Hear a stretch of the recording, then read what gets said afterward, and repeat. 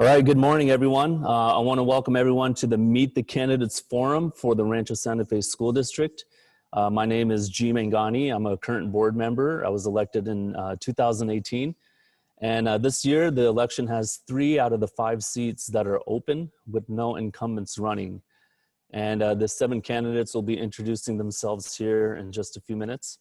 But these 7 have stepped up to run to be a governing board member. And this is a role where the community chooses who will have oversight over the district, with some of the most important roles being hiring and evaluating the superintendent and setting the district priorities. And running in this election takes personal expense of both money and time to end up being in a rewarding volunteer position. So in advance, I'd like to thank all 7 of you for stepping up. In 2018, Sarah Neal had initiated a candidates forum, which allowed the candidates to get their message out to the voters in the district. And I feel it's a key component for the residents to know who they are voting for. So I'm happy to say that the Rancho Santa Fe Education Foundation will be continuing this tradition for this year and future elections by hosting it from here on out. And with that, I'd like to introduce the current chair of the Education Foundation, Cheryl Salmon. And if you don't know, she has worked tirelessly to make this year an awesome year for the kids. And she has volunteered over 50 hours of her time. And if you're wondering if that's a lot, then let me clarify, that's 50 hours a week for a few months now. So I'll give you a Cheryl Salmon.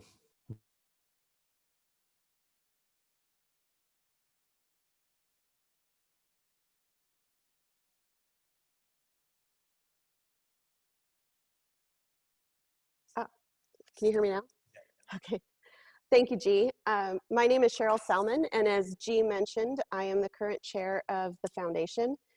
I have 3 kids at Roger Rowe in 5th, 3rd, and 1st grade. It's truly a pleasure that the foundation is part of this important event in providing this service to the community. The foundation always supports providing the best education, not only for students at Roger Rowe, but also for the community. First, I want to say thank you to all the families who have donated either their time or financially to the foundation. We could not provide the type of experience here at Roger Rowe without your continued support. Also, thank you to the current volunteers on the school board, as we know what an important role this position plays in ensuring a great experience at Roger Rowe. Thank you to all the current and especially the departing members, Sarah Neal, Scott Kahn, and Tyler Seltzer, for their countless hours donated to the community. Lastly, thank you to all the candidates here today for stepping up to donate their time to provide leadership in governance here at Roger Rowe. To ensure this debate remains impartial, the League of Women Voters offered their support in vetting questions submitted by the community and in moderating this event. The foundation's role here today has been to publicize the event and to provide the League of Women Voters context to questions asked by the community. We believe this debate can contribute to transparency and education in our community. We look forward to this discussion and getting to know more about all the candidates. And now I'd like to pass you over to Jeannie with the League of Women Voters. Hello, I'm Jeannie Brown and I'm with the League of Women Voters. I'll be your moderator for this semi-virtual candidate forum for the Rancho Santa Fe School Board. I want to thank the Rancho Santa Fe Education Foundation for asking us in, and we enjoy bringing information to the public. And even though we miss seeing you all in person, we are reaching more people via Zoom who can hear directly from the candidates to help them make this important decision on the ballot. And audience members don't even have to get dressed or comb their hair. So the League is proud to be nonpartisan, neither supporting or opposing candidates or political parties, but always working on vital issues that are important to the members and the public. Our Voters Edge website is one that is an online resource for more information about candidates, ballot issues, and detailed voting information. All candidates for local offices have been invited to include their information there with no cost to the candidate. I expect that all today's candidates have or will have included their information there also. The League moderates candidate forums using a format that is fair and informative. We have asked the candidates to keep to the issues of the position rather than personal attacks, because our goal is for voters to be able to learn more about the candidates than they could get from social media or campaign ads.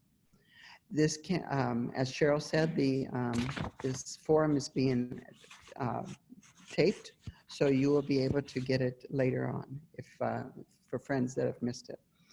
We've asked attendees to submit questions online before the forum, and many of you have done that. In fact, we have over 100 questions submitted as of yesterday, but you can still submit questions using the link. Remember to use civility and respect when you word your questions so that in a general way, so it applies to all candidates, not just one.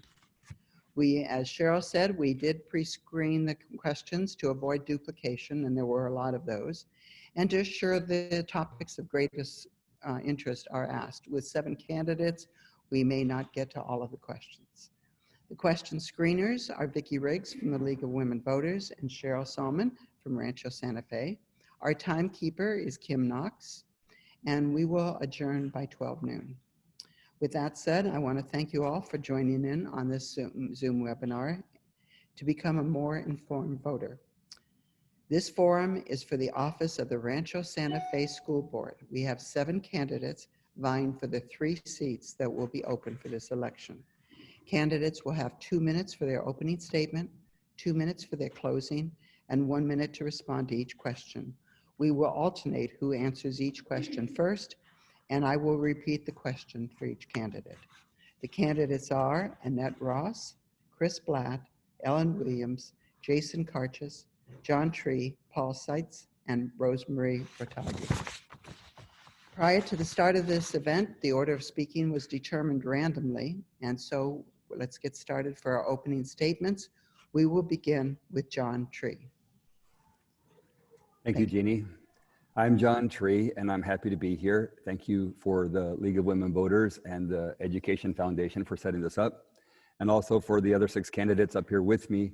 I know that it is a virtual thing, but I'm here with the other 6 candidates, and there are 7 of us competing for 3 seats, and I'm sure that the board will benefit from any 3 of us winning.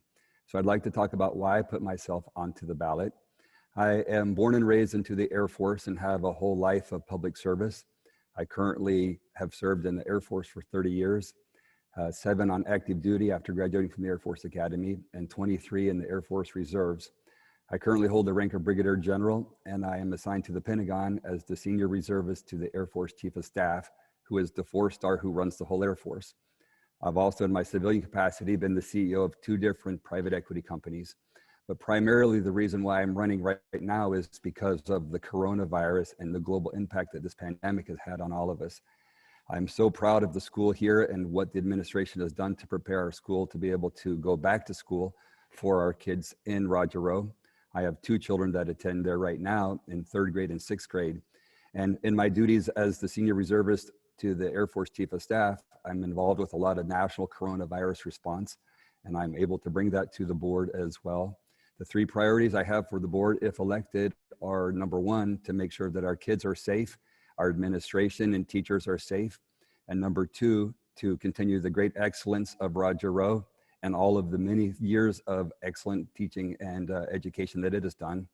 And then number 3, to provide board governance. I have served on the board for 8 years of an $8 billion a year retailer, 4 years on the audit committee and 4 years on the finance committee, and I can bring the board governance and oversight to the committee as well. So I hope you go to my website at johntree.com and learn more about me, and I ask for your vote on November 3rd. Thank you. Thank you, John. Now, Ellen. So I echo John, and good morning, everyone. Thank you to the League of Women Voters and to the current board members, and to my family. My husband, who took his first vacation in 4 years to prepare our family for distance and in-person learning. And this is just an unprecedented time, as John said, and it calls for innovative solutions. And as a school board, we're going to work hand in hand with teachers, with staff, administrators, and families to provide the same caliber of education in these near impossible circumstances. So I've seen firsthand with my 6th grader, looking over his shoulder, teachers maneuvering from the the camera to the classroom, back to the camera. I don't know how they're doing it, but I'm so grateful for their tireless commitment to our kids. The pandemic, the fiscal crisis, and the mental health complications that are bound to that call for a new model of servant leadership. And in my background in Universal Design for Learning from University of San Diego, it's prepared me for the tools to contribute to planning and redesign that are required for this new reality. Raising foster youth, and as a former foster youth myself, I have a unique experience in filling education gaps that arise from transition. And that's the same transitions, well, same circumstances that our kids have had in these last 7 months, where their educational worlds have been upended. So inside of that, as a small business owner, I've made budgets and fiscal decisions, and had to do a lot of the sanitization and quarantining that have been required at the school. As we transition from this time and begin to rebuild after this pandemic, I'm ready and willing to use the tools that I've amassed to pitch in whenever needed. And I'm just so grateful to be here. Thank you. Thank you, Ellen. Annette?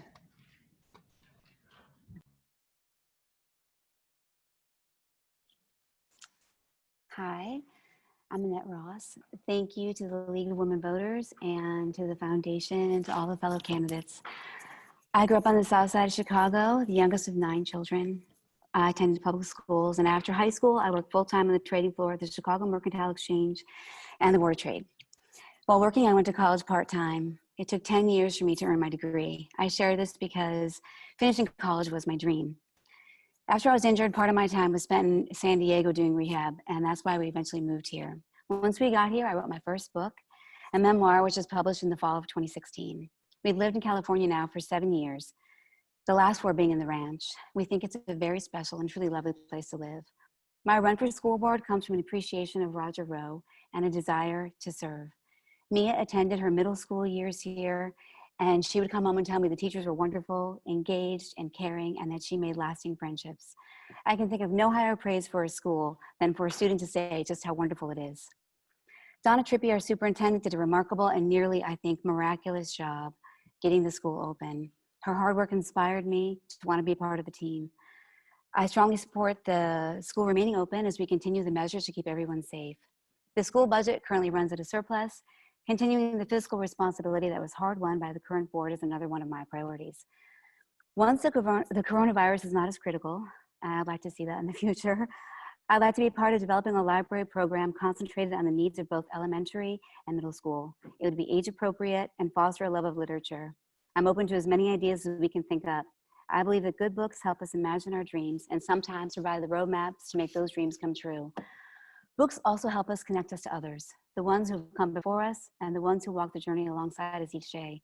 Reading is a powerful way to show a child they are an integral part of a continuing story and that their life makes a difference. Thank you all so much. Thank you. And Jason? Good morning, my name is Jason Karchis, and I'm here today to ask for your vote.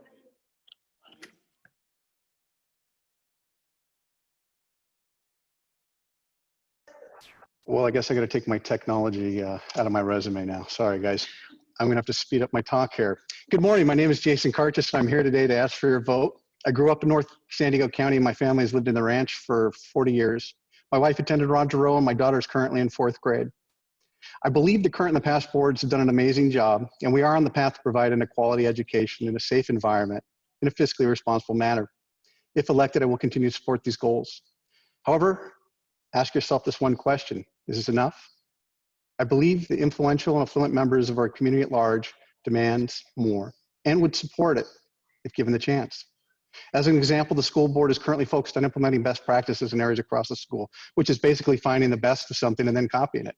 While it is absolutely raising the quality of a curriculum, I don't believe it is enough to meet the needs of our extraordinary community.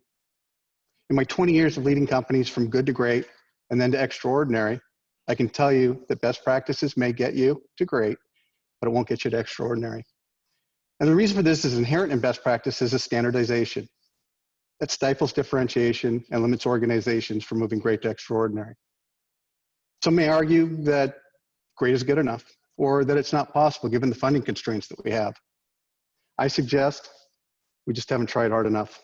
When I look at the school and the community at large, I see potential for extraordinary. Our community understands the value of quality education and wants to support it. If you don't believe me, then I would ask you to look back when our dear friend Dr. Rowe was with us. Dr. Rowe saw an extraordinary community, and he integrated that community into the school, and the community embraced it by providing the opportunities it needed to match their expectations of an extraordinary school.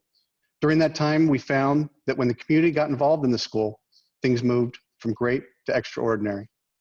While looking to the past to find the future, I will use my community relationships, out-of-the-box thinking, and leadership experience to build the stronger, more defined bridges between the school and community. Thank you. And now Rosemary. Hi, I'm Rosemary Rohatke. First of all, I want to take a time to applaud every candidate who is running and showed up today, because it takes a lot of courage and time, but more importantly, we are here for our children, which is the most important thing above all. My husband Samir and I decided to move here in 2015. We purchased a home in the Covenant, knowing that my first child was about to start kindergarten. Samir's work colleagues, Scott Kahn and Richard Shen, had spoken to us, and we were attracted to this top-rated school. We wanted our kids to grow up in a rural environment with a thriving sense of community. And now we're rooted and we're here to stay. I have 2 children in grades 1 and 3. We have always been interested in their education since pre-K. I have attended 16 out of the 19 board meetings, which is probably more than any other candidate, so I'm well aware of the issues we face. I have a long history of board experience, national and local levels, 4 years with the APDA, American Parkinson's Disease Association. In September 2019, I joined the new board of the Rancho Santa Fe Community Center. I'm active in our community. I have tremendous faith in our school that we as a family have pledged with the Ed Foundation Scholar Circle at the highest level of summa cum laude, and I'm a gold level community partner, which is second tier. This is valuable as the Educational Foundation supports our district. It allows for small classroom sizes and is now critical due to COVID. The board needs to be very cohesive. I have a very good, strong, working and healthy relationship with Donna, G, and Callie. I've spoken with Donna many times, even in the summer in June, regarding masks and PPE. I'm a big proponent of all students K through 8 wearing masks prior to county guidelines, and I spoke about this at numerous board meetings, so I'm so happy we were able to get that done. My past experience on boards has taught me to work productively and constructively as a unified board, as this sets an example for our children. Thank you.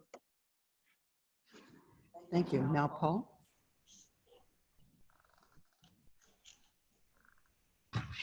All right, hear me? Hello, good morning. I'm Paul Seitz. I want to thank you for putting this on, everybody. It's really important. And the people watching us from your home, I'm glad you're joining us. It's a very important thing. Our little town Rancho has a big election this year for the school board. This is our kids' chance to benefit from all the hard work that we've done. If you raise good kids, the world is a better place. If you educate the kids, the world's a smarter place. That is why so many of us moved here to Rancho Santa Fe for this school. This school is not what it was 2 years ago, though. This place was magical. You would walk through the school in the morning and the teachers were out in the hallways talking to each other, enjoying a cup of coffee while saying hi and giving hugs to their students. And yes, we're in this pandemic, so the hugs go away, but this was lost 2 years ago. We have to get that back. If you look up here, there's 7 of us that are wanting these 3 seats. I applaud you all for doing that and joining us for this. Some of them praise what's going on. Some haven't taken a stand. I feel things need to get better, starting by listening to everyone's voices, from students, teachers, faculty, everybody. Okay. I'm hardly what fits the mold if you look at me, but I am what I am. What you see is what you get. I will tell you the truth. I will admit when I'm wrong and make mistakes. I will always be open to ideas and always answer questions that you might have. Find me on rsfcowboy.com, and thank you, and remember to vote. Thank you. And now, Chris. Happy Tuesday, everyone, and thank you for joining us today. My name is Chris Blatt, and I have 3 kids in Rogersville right now, grades 3, 5, and 7. We moved here to be at the school. That was our goal. We wanted to pick a house in the Covenant because we targeted this school as the best in the county, and we felt probably the best in the state, and there's no reason why we can't make it the best in the country. We have all the resources, we have all the dedication, we have all the tools. We know we can do this. All the kids have been here since kindergarten, so we've been well integrated in school. And excuse me, I have helped work through Ocean Week as well as many class trips and been actively involved in the Lego robotics program for over 5 years. So I'm familiar with working with the teachers and helping move things forward. Although my formal education is chemical engineering, I was fortunate enough to serve 26 years in the military and also had a career in the computer industry up in the Silicon Valley area. In addition, I've also spent a lot of time tutoring kids in high school and elementary school to advance their math and science skills. I can see the school has made great progress over the last years education-wise, and I think that's a key benefit to make sure our kids are ready for the next step. And I want to keep that momentum going forward. And I thank you all for your time today, and best of luck to everybody. Thank you. And now it's time for the candidates to answer your questions. Each candidate will have 1 minute for their response. We will start with Ellen. And the first question, do you think the school could do more to address bullying? How would you do that? So I think that until bullying is eradicated, and that there's always more that we can do. And what I would see to be able to do that is really work on cohesive community. Everybody who has spoken this morning has talked about creating a community of the school where people are in the hallways talking to each other in each other's lives.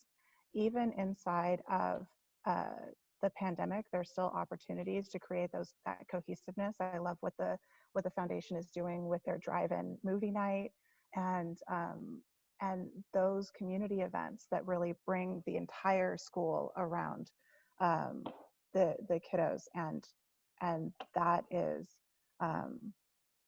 the basis of forming a community that would prevent bullying, not just a punitive system for punishing the students more. Thank you. Annette, how would you address bullying? I think that I agree with some of what Ellen said. I think that children who feel a part of a team are less likely to bully. I think we just brought in a kind of therapist that is there for the kids that wasn't there before. And that's a good safe place for kids to be able to talk to someone if something is going on. But overall, I think as we raise our children, we teach them to care for one another. I think the reason why the school is so tremendous is it does already feel like a community.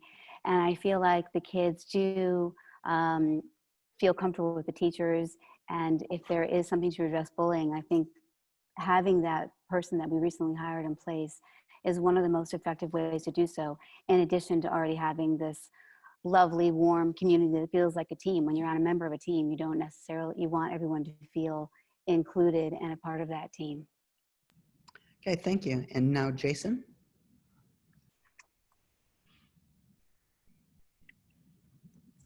It's a really good question. Sending my daughter off to the school, it scares the poop out of me, to understand the risks of a child walking into a school. I mean, there is bullying. I grew up in bullying. I think what we need to recognize, though, is bullying, it's really evolved from when we were younger. With the introduction of social media and the iPhone, bullying is now occurring essentially when you're at home. And as parents, we do need to step up and take responsibility. But at the same time, I think the school is in a position to really be a leader when it comes to how to address bullying and communicating. I find that anytime that, if even in a negotiation I'm getting bullied around, it's primarily due to lack of information. So having the opportunity to know and have the skills and how to communicate with somebody who's bullying you to uncover the real issue so it can be addressed. Thank you. Rosemary. Well, I am happy that during the last board meeting, which I attended, they had discussed, the board and the superintendent, social emotional learning, which is a 2021 goal and priority. And I'm glad that we are fostering this. I'm happy that we now have a guidance counselor on board. But also we need to remember that we need to remind the kids that as adults, we need to set an example that that's what prevents bullying, and how we act and how we talk. And I think community outreach and volunteering reminds kids how good we have it here. So I think setting an example for our children is going to really help as well. But again, I'm happy that the district has set forth social emotional learning programs and with our district priorities. Thank you. And now Paul. All right. Bullying's a big thing everywhere you go. It doesn't matter what's my time in the military or, working on ranches with other cowboys. It's something that can never be fully stopped. We can only make it better. We have to give our kids a place to go. We have to make them a safe school. We got to make sure they have after school programs where they're interacting with each other. They're building confidence. It's hard to crumble a strong kid. So I want to always be there helping the kids that aren't having the best time and help build them stronger. How do we make stronger kids? Is by having after school events, having interactions, making fun days where kids are interacting with each other versus just hi at school and then they go back to their home. I love that we have a teacher or a facilitator here to help out with kids with problems. But I think we need to get bigger than that. I think we need to have a lot more stuff outside of the classroom to build these kids' confidence. Thank you. All right, Chris. Oh, thank you. Yeah, certainly an excellent question that's been around for a while, and it affects everybody, I think, directly or indirectly. The solution to it is that there's a lot of different ways you can look at it. Bringing everyone together as a team, constant education, the school has done a great job in that. There's obviously more that can be done to that. Trying to address it head on, if you know sufficient individuals who are doing this, try to bring them into the party, make them part of the solution. And as we discussed, it's not just a physical thing, but it's a virtual thing. So it goes on before, during, and after school.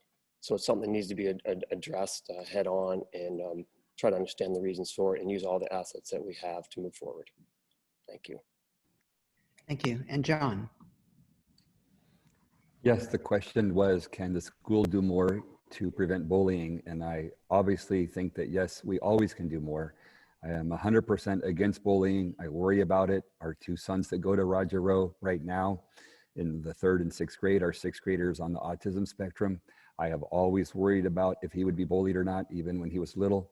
I'm very happy to say that Roger Rowe is extremely well known for its kindness and the heart and the love that it's had, but it also is in a global pandemic. So it makes it a lot harder with all the distance that has to be there between everybody to have that come across. I think Jason absolutely is correct when he said that it happens online. And so we do, as a board, need to provide the governance to the administration that we are against bullying and that we want them to develop anti-bullying programs. But it really has to happen in the homes, has to happen with parents protecting the kids from the online influence. And we need to work together as a community to get better at this. Thank you. All right, now we're ready for our second question. We'll start with Annette. And the question is, how would you promote a more positive relationship between the Board of Education and the teacher community here at our Roger Rowe? Annette? Can you repeat the question? Yes. How would you promote a more positive relationship between the Board of Education and the teacher community here at Roger? Well, I did hear that the morale was a little bit down after some of the layoffs.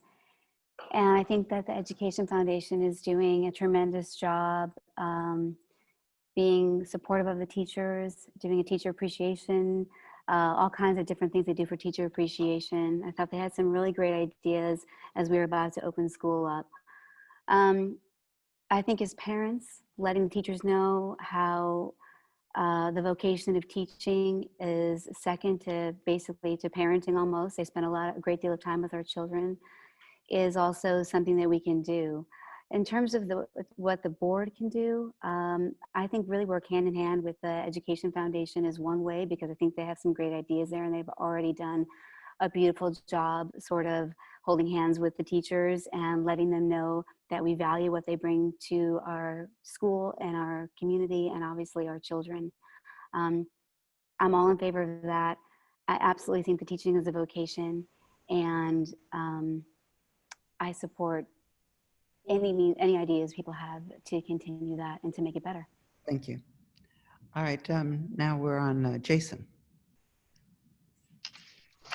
You know, when you look at the budget and, I mean, you look at any business, and you think, what are your most important assets? What are those things that you have to take care of, you have to invest in, you have to make sure that they have the opportunities that they need to grow. And with the school district, it's the teachers. There's no more important asset in this school than the teachers. So what we can do to support them is find them more opportunities, whether it be for income opportunities. Maybe there's, I've advocated that we reach out to the community and get more involved. You know, maybe there's a Teacher of the Month sponsored by a realty agency, and they give a stipend or a gift card or something to the teachers. Programs like that give them more monetary compensation. You know, let's look to the community or in the school. There are other benefits that we can provide. Really finding ways to make this job more valuable to them without hurting the budget, the balanced budget, that is. Thank you. Rosemary? I think we need to work on two things specifically: communication and offering training and developmental programs for teachers. I think we need to give teachers a good working environment. Maybe we can look into some training and develop programs that would help strengthen their skills, thereby benefiting our kids. We should definitely give teachers support, listen to them and answering their needs, and perhaps maybe work with the Ed Foundation to show appreciation. You know, the teachers went through a lot of changes in the last couple of years with the layoffs a couple of years ago, new administration, and then COVID hit. So as long as we can support them, I think this benefits the teachers, but also benefits our children. Thank you. Paul? A more positive relationship.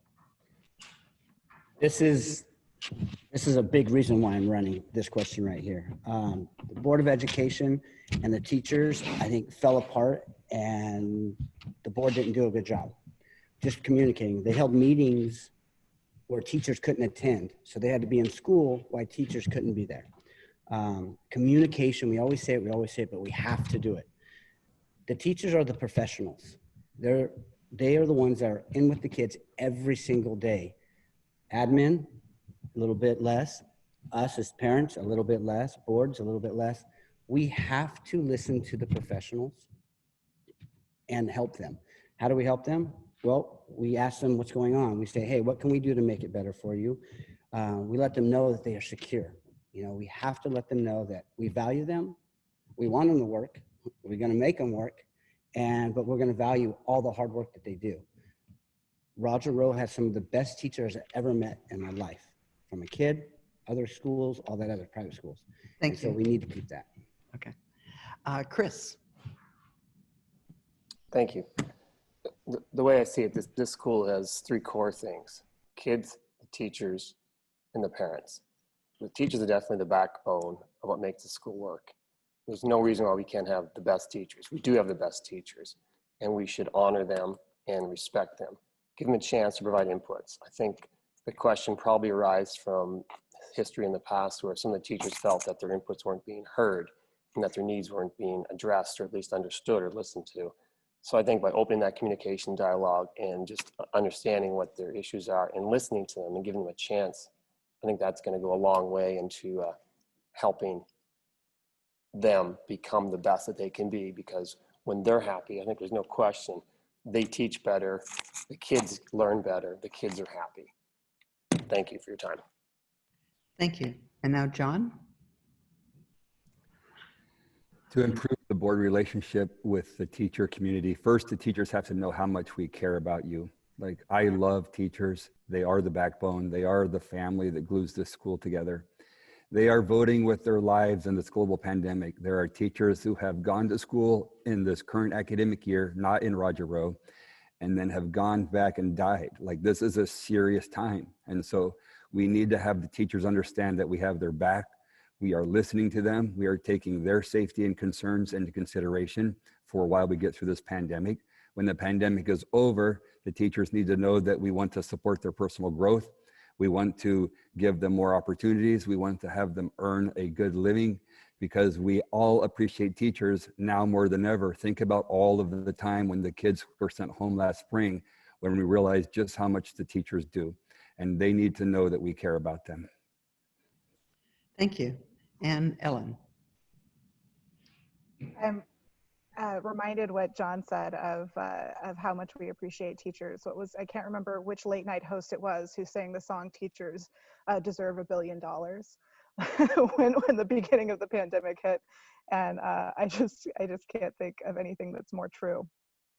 When I started working in consulting straight out of college, when we were going into a company that was in trouble, we would go down to the people on the ground floor, the people who are actually doing the work, and we'd ask them questions. What do you need? What's not working here? And in my conversations with the teachers at the beginning of my son attending here, that was what they said. They're like, well, we just converted from Canvas to Schoology, and I don't know what's going on either. I'm like, okay, great. We both don't know what's going on. That's something that if we were communicating directly with the teachers, we would be able to mitigate those issues so that they can do their job. Thank you. All right, now we're ready for the third question, and we're going to start with Jason. And what are your views on the COVID prevention methods the school has taken, like mandatory masks, periodic testing of parents and students, etc.? Another good question. Besides having a swimming pool we have to come swim across, full of alcohol to clear us off, I guess we're doing a pretty good job. I have a lot of confidence in Dr. Longhurst and Dr. Schrott. They've done a great job coming up with the protocols. I am not an expert in communicable diseases, so I would default to their plan. I think we've done an outstanding job. I'm actually surprised that school is still in session. So at this point, I would say I would trust the experts and follow their lead as best we can. Okay, thank you. Rosemary?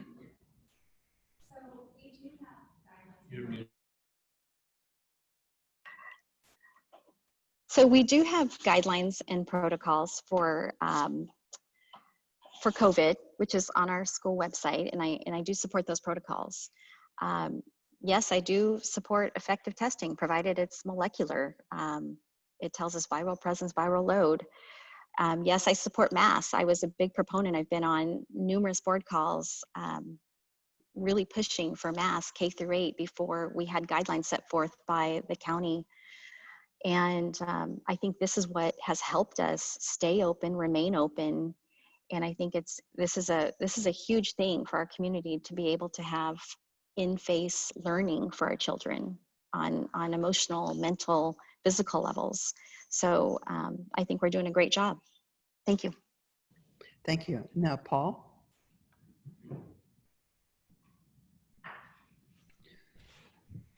This COVID stuff is crazy. There's no standards. There's no nothing. Dr. Longhurst, appreciate you guys doing what you did, got us going. Is it good enough? We don't know. Right now, where it is. But we got to stay active. We got to keep doing research and making sure that we don't just let it go stagnant like a lot of things we do. No one's gotten it so far here or whatever it is. I think we're doing a great job. Let's keep it up. Don't let it go on the back burner. Thank you. Okay, thank you. Chris? All right, thank you. Definitely an interesting question, loaded with opinions. I think the school has to follow the state guidelines. They've done that. They opened the school, which I think is excellent for the kids. And I think as long as they keep doing that, they'll continue to keep kids as safe as they can in an environment where no one really has the answers. The same group that's telling us to go in direction B told us to go direction A first time. So I think everyone's doing the best they can with the knowledge they have. So thank you. Thank you. John? So the coronavirus response is the reason why I ran for the school board, and keeping the kids safe is my #1 priority, as you can see on my website. The bottom line is I am so proud of Superintendent Donna Trippi and her staff and the things that they've done to put the protocols in place. The coronavirus is no joke. It's not a partisan issue. It's a scientific issue. It's a virus. We need to do what we can to prevent it from spreading through our children and through the teachers and staff. So yes, what the administration is doing right now, I think is fabulous. I think it is a gold standard. I think it should be role modeled in other places. Like I said, I attend daily briefings from the Pentagon remotely. And I can tell you that what we're doing here mirrors what the highest levels of the Pentagon scientists are recommending. And even though there's many different opinions nationally, and it is a partisan thing with few people, we need to do what we can scientifically to prevent it and to keep our children safe, to keep the teachers safe and the administration safe. Thank you. And Ellen? I love going after John because he says exactly what I want to say, and then I get to say something different. So, yeah, safety is the paramount priority. And well, my husband's a physician, and in the beginning of this, when we didn't know what this was, he was quarantined. He was living in an RV on our property. And as someone who's immunocompromised, it's just absolutely essential that we keep our children safe and just be aware of all of the different family situations that are around. Thank you. That are around and that our kids are dealing with. It's not just healthy young people. We also have to keep grandparents and other people in the community in mind. And I think our school's doing a fantastic job of staying open and doing it in a way where it's safe. Thank you. And Annette? I like going last. I actually totally agree. The school's doing a beautiful job. I mean, they crossed every T, dotted every I. I remember reading and listening to the board meetings that went on and on. I was like, oh my gosh, who could even think of all of these details? But they did. And the kids are there. And I do think that they're safe. And even with the masks all day, I was like, how is this all going to be implemented? How is it going to work with the teachers? It's worked beautifully, I think. And our second grader thinks that masks are cool, which says, I was, what? So I think they've done a beautiful job. I think people are safe. I do think it's an ever-changing situation that has to be paid attention to. I think it's a top priority right now. And I'm continuing to be in support of keeping the students and the teachers and the staff safe as possible. Thank you. And so we're on to our fourth question. Rosemary will go first. And the question is, what is your view on the district's current policy regarding the issue of equity and discrimination, whether it be for a sex, race, religion, or disability for all students? And do you believe the current policy is sufficient or lacking given a 90% white student body? Yeah, I couldn't hear that question either. Can you repeat that first part real quick? Am I muted? Okay. I'm so sorry. It What was is a long the question. district's current policy regarding the issue of equity and discrimination, whether it be for sex, race, religion, or disability for all students? Do you believe it's sufficient or lacking given a 90% white student body, approximately 90%? Well, I mean, you can take a good look at me, and of course, I'm all for diversity. I think it's always good to have diversity, whether our kids are here or if they end up moving to Asia or London. Diversity is a very important topic, and our kids are privileged. We live in a great community, and I think we should be definitely supporting community service and instilling like community programs for our kids to promote diversity. I think as far as, I think you said sex ed, did you mention that? I would make it a point to review our curriculum and standards for our district, and then I would report back to our stakeholders. I would have to look more into that. But yeah, diversity is always a good thing, and I promote that. Thank you. Okay, thank you. And now Paul? So this is one of those loaded questions, and one of those things that we want diversity. We want everything to be available for everybody. We want things to be for kids with disabilities, to kids with different races, different backgrounds. I grew up, I'm one of 13 kids. Went all over different schools and learned different ways. And the more people you interact with, the more evolved you become. If there's anything that is making someone not able to be here, then it absolutely needs to be fixed. And I would look more into that for sure. I don't know exactly what we're saying this policy is word for word. So, yeah. All right, thank you. Chris? All right, thank you. I think there's a lot of ways you can go, but in general, I believe everyone should be treated fairly and equally. I think it's just common sense. Maybe it's easier to say and harder to do, but I think we treat everyone the same and respect everyone's values.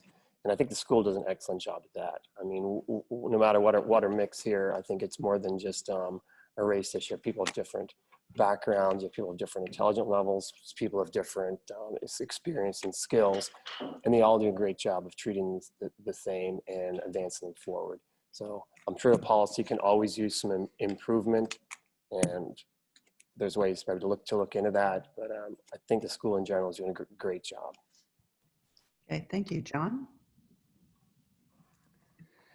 I do think the district is doing a good job on this, but we have to take into context the socio-demographics of the district. We are a high wealth district, and as you said, 90% white. I think that we could do everything that we can do to support equality and to support diversity, and still our ecosystem of Rancho Santa Fe isn't representative of the rest of the United States. And I think everybody can kind of look on the news and see that the country is going through a national awakening of sorts on how we deal with race relations. And I definitely support having conversations and being able to be supportive and inclusive of everyone. I would love to see diversity on the board, even if that means I don't get elected as a white male. I understand that, but diversity is important. Diversity of thought, diversity of background, and diversity of experiences, to be able to bring that to the board, and then the 5-member board be able to provide the governance and the leadership to the administration to be able to foster these types of conversations, and so that we can all move forward as a society. Thank you. And Ellen? So I will have to check the statistics again after my big blended family moved in terms of being 90%. This is an issue that we deal with in our family, and of course that our country is dealing with, and I remember sitting in the car with my daughter, and she was embarrassed because I am not Black and she is Black. and I said, honey, I'm not getting any blacker and you're not getting any whiter. We got to work this out together.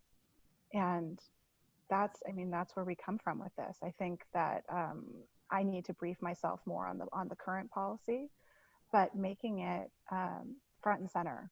And I can say that my kids, since moving in here and coming from a different demographic, have been welcomed, accepted, and just I was in tears driving my son home his first day of school. He was talking about how great his friends were. So more of that. Oh, thank you. And Annette? I think diversity is beautiful. I mean, you see it in nature, in trees and flowers. And it's funny, I grew up in Chicago and not in a very diverse neighborhood, actually. And I think that in some ways, it's for the kids today, even if this is sort of a sheltered community, they experience a lot of diversity just because of what they're exposed to on the internet. I think they're more sophisticated in the ways of the world than I was growing up.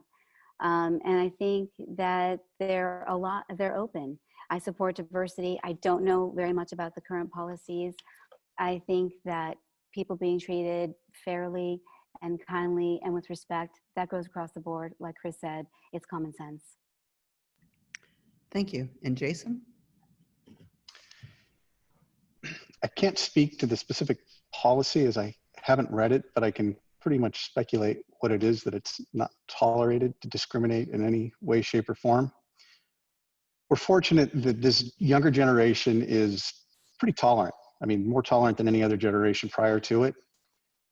So as long as we don't get in their way, we've got a good beginning. I think within the school, there's certainly opportunities to make sure that we are integrating children. Take special needs as a great example. My daughter, when she was in kindergarten, I believe it was, she had a special needs buddy. She loved that guy, and they had so much fun together. And without that experience, you wonder, would she have appreciated a special needs student who she may not have had experience with? Would she have appreciated who that person was? That's not a special needs person. It's an actual person who she can love and play with and enjoy. So more of those types of experience would be helpful, I think. Okay, thank you. And Paul, oh, I'm sorry, we finished that. Question 5, where you will start with Paul. And it is, how can you support the performance of the superintendent and yet hold her accountable? Support her and hold her accountable. All right, question is, how do I support the superintendent and hold her accountable? That's her job. That simple. If she does something good or bad, she has to take that with her. As a board member, we need to encourage her, help her, whatever she needs to do to make good quality decisions that benefit our school. If she can't do the job, then someone might be able to have to come in and do it. Someone else might have to come in. If she does a great job, then you let her run the show. You let her do what she needs to do. But you have to support who you put in place. But you also have to be able to tell them, no, that's not working. Our kids are first, our teachers second, and then the parents. And I want her to be in that same mindset for us. So I want to support her, but I also think she needs to be held accountable for everything she does, just like any leader does. Thank you. Chris? Well, thank you again. Yes, superintendent is definitely a key position that's going to drive some of these policies home. I think as a board, you want to have the superintendent bring you maybe 2 or 3 plans of attack to see, what she wants to go. Ask what she needs for each one of those, which one she recommends the best course of action to take, and help her implement those so that she can be successful. Because I think when she's successful in taking care of the kids, and the kids are successful, the teachers and everyone wins together. Thank you. Okay, thank you. Next is John. Okay, so like I said in my beginning introduction, I have been a board member and still am of an $8 billion a year retailer, 8 years total, 4 years on the finance committee, 4 years on the audit committee. And I agree completely with what Paul said. The role of the board is to hold the superintendent accountable and to empower her, in this case, Donna Trippi. She is the quarterback, she's the leader. Our job isn't to go into the foxhole with her and try to co-manage the district. That's not the role of a board. Our job is to establish the governance, to establish policy, and her job is to implement the policy. And our job as the board is to hold her accountable for these things. Where she falls short, our job is to coach her up and to build her skills so that she can achieve greatness. And where she is great, our job is to continue to reinforce that and to hold her here as long as we can. So it's very clearly defined roles between the board and the administration. And I'd like to continue to bring that to this board if elected on November 3rd. Thanks. Thank you. And now Ellen. Yes, I think that having communication between the superintendent, between Donna Trippi and the board, is essential. And that communication involves both listening and figuring out what she needs to do her job to the best of her ability, and providing that, barring any other complication. And if there is a complication of fiscal concern or something like that, then being transparent about those concerns and working together to come up with a solution. Well, we have excellently defined responsibilities. It's also a collaboration. And then it's about trust and it's about accountability. That's the partnership. And that's what we are. We're partners with the superintendent. Our job is to make sure that she can do her job. And then if she isn't doing her job, to hold her accountable for it. Thank you. All right, Annette. I really agree with what's been said before me. I think Donna, though, is actually doing a tremendous job in everything that I've seen. I think she supports the school, the teachers, the children, and I really think she puts the children first and their safety first. I think that she has a job that is not really an enviable position. I would support her in any way that I could. I sort of agree with what John said about coaching her up if she's having difficulty maybe achieving her goals. Communicating, which is the key for so many things in life. But to this point, from what I know of Donna, I'm so pleased. I think she's so thorough, and I think she's doing a beautiful job. Thank you. Thank you. Jason. One of the things I've done through most of my career is identify executives and put in compensation packages, expectations, performance plans, and monitoring plans in place to ensure their success. I think the best way that we can support her is to make sure that our expectations are crystal clear. I think if we continually monitor her performance to those goals, And then when we find areas of opportunity to grow her skill set, we provide those opportunities. Then we compensate her. You know, doesn't necessarily have to be monetary, but there can be other things, awards and recognition when she achieves those goals. So more of a support function as well as a leadership role is how I believe the board can support Donna. Thank you. And Rosemary? How I would support Donna is I would listen to her. I would understand her rationale for suggested decisions. If Donna would need external guidance as a board member, I would seek it out. And then as a board member, I would track progress to see what she's delivering. It is the board's job to hold the superintendent accountable. So as a board member, I'd evaluate the superintendent and measure her results. And she is always held accountable to goals, which is tied to district priorities. And these are assessed at mid-year and end of year. Thank you. Thank you. All right, next is, oh, we're on the next question. All right, the sixth question, we will start with Chris. And what kind of programs do you think we are lacking? Thanks for the question. We have a lot of excellent programs at Rogerville for starters. So, I mean, anything additional on top of that is just sort of bonusing. One thing that we could probably maybe add to it is more emphasis on computer coding and science-driven skills. These things I think are critical for helping the kids, you know, get and develop some of the key brainwave patterns to, you know, with the math and the physics and the chemistry later on as they go into high school. So they could wrap some of the coding skills around some of the science-based courses to help further that education. Thank you. Okay, thank you. John? Yes, I think obviously right now during our pandemic experience, these extra programs are compromised. I'd like to see more sports that are currently severely limited because of social distancing requirements. The science and kind of STEM background and different clubs and robotics and computers are all going to be wonderfully essential to future jobs. One of the nice things about working at the Pentagon is to see things at a national and international level, and that's obviously the demand signal for future employment is all along those lines. It's easy to see Tesla sending manned aircraft up to space with their rockets. It's easy to see that the Air Force, by the way, has broken off into two services. It's the US Air Force and now it's the US Space Force. So there's a whole separate branch of the military called Space Force.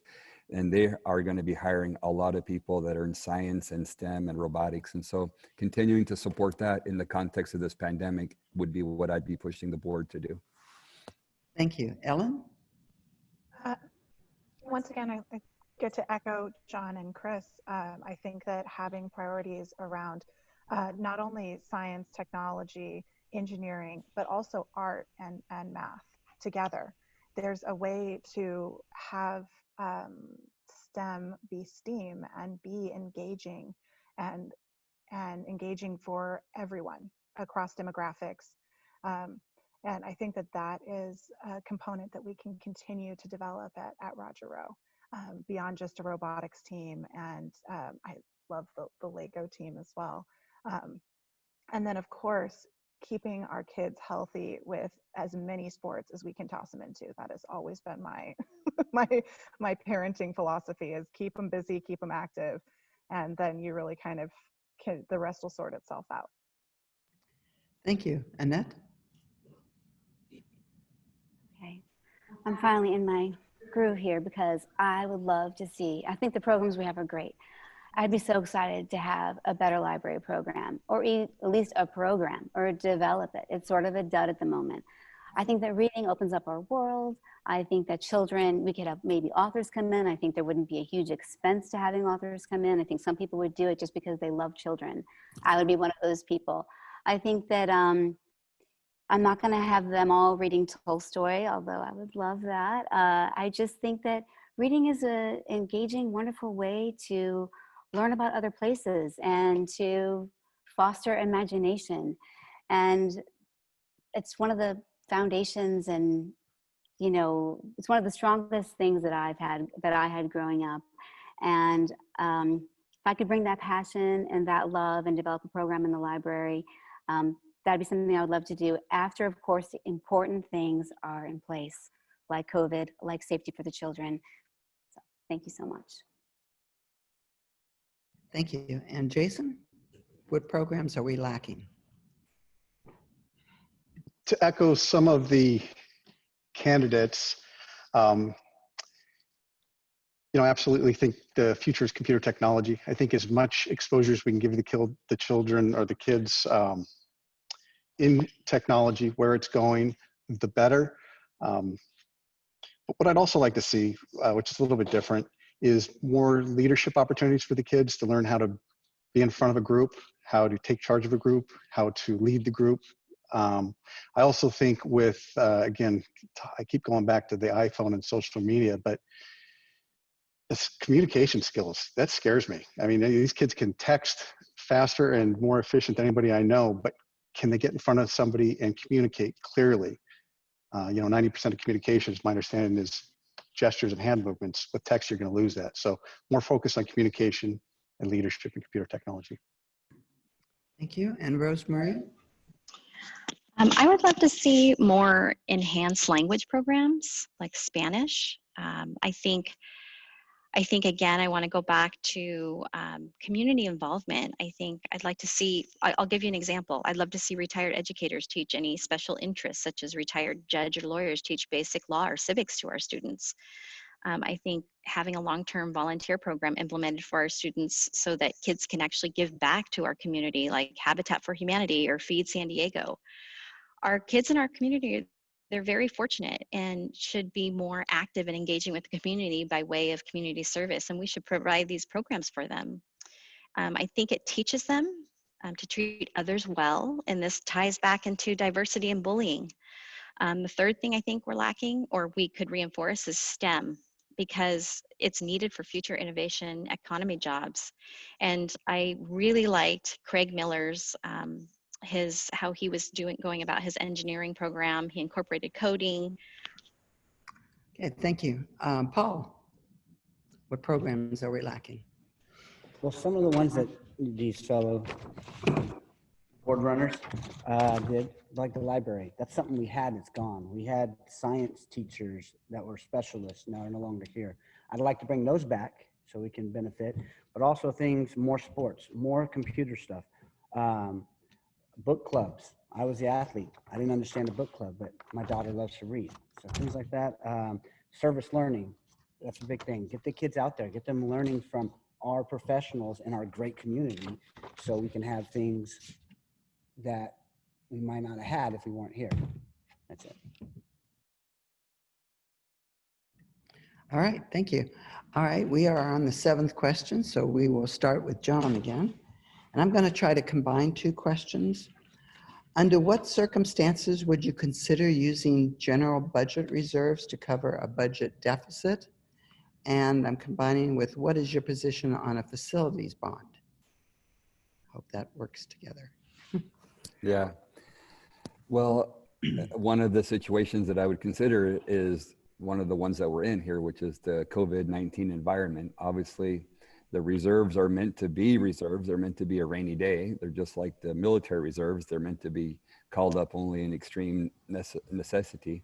So obviously, I support fiscal conservatism. I do want to grow the district with adding these additional programs like we just finished the round of questions on, but we need to do it in a fiscally responsible way. With respect to a facilities bond, obviously we need to do that with full transparency with the community. It certainly wouldn't be something that the board would do on its own without being informed and without doing a lot of interaction with the community. So obviously full transparency is one of the items on my website in terms of priorities, being transparent with the community, transparent with the administration, so that we can put the right resources in place for the school and use it when we need to use them. Thank you. Ellen? I echo John again in terms of transparency being the hallmark of the school board, and something that I have seen missing from, and oh, do you mind muting? Thank you. And along with transparency, really reevaluating the use of resources to see, once again, I'm coming from a consulting background early on, and reevaluating the use of resources to see, like, where can we leverage ourselves more effectively? Where can we put resources to create these programs, to create a library program, to create an extended athletics program? Where can we do that without sacrificing what's already there and without imploding a budget? I think there's a way to do that. And I think that if we put our heads together and our expertise together, we'll absolutely be able to more streamline and effectively implement these new activities. Thank you. All right, Annette? I'm not crazy about the idea of a bond, just how it sounds. But I'm the kind of person whose mind can be changed in a good way because I'm open. And if there's a situation and things are never the same, if where that would come, and there was, like what Ellen was saying, transparency, I'm open to that idea. Right now, it doesn't seem like the thing to do. I agree also with what John said. We have the surplus. The board worked hard for that, and it's there for things like this, the rainy day, a difficult, something that you can't imagine comes up, and thank God we have the resources to tackle those problems. They're going to be there. I think they worked hard to get there, so I would always err on the side of caution. Thanks so much. Thank you. Jason?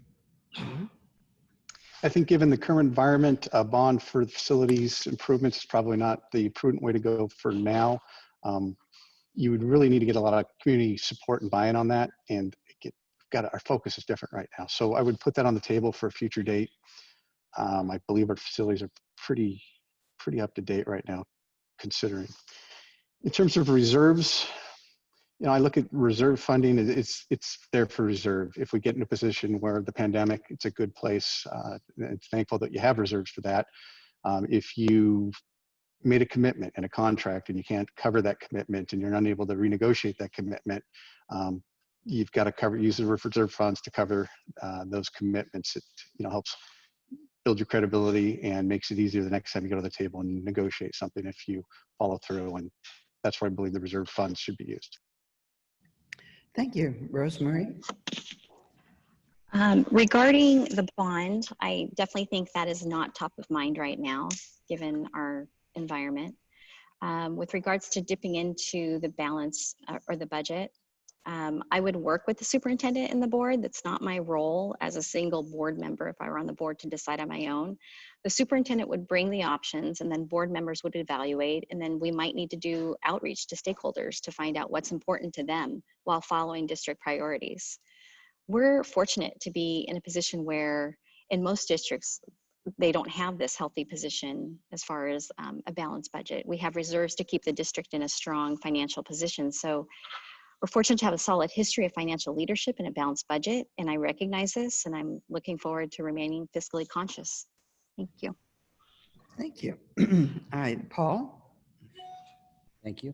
As for the bond for the facility, put that definitely on the back burner. I'm not saying no to it, but we need to be focusing now. When would I tap into the reserve? When our kids' education are going to lack because we don't. That's when we tap into it. Whether it's a rainy day, whether it's keeping somebody on hired, or whatever it is, we have it for our kids' education. That's when and why we should tap into it. But be smart about it. Okay, thank you. And Chris? Yes, thank you. Money is always a challenging and interesting issue because, you know, we're talking about spending taxpayers' money, which we all work very hard to get.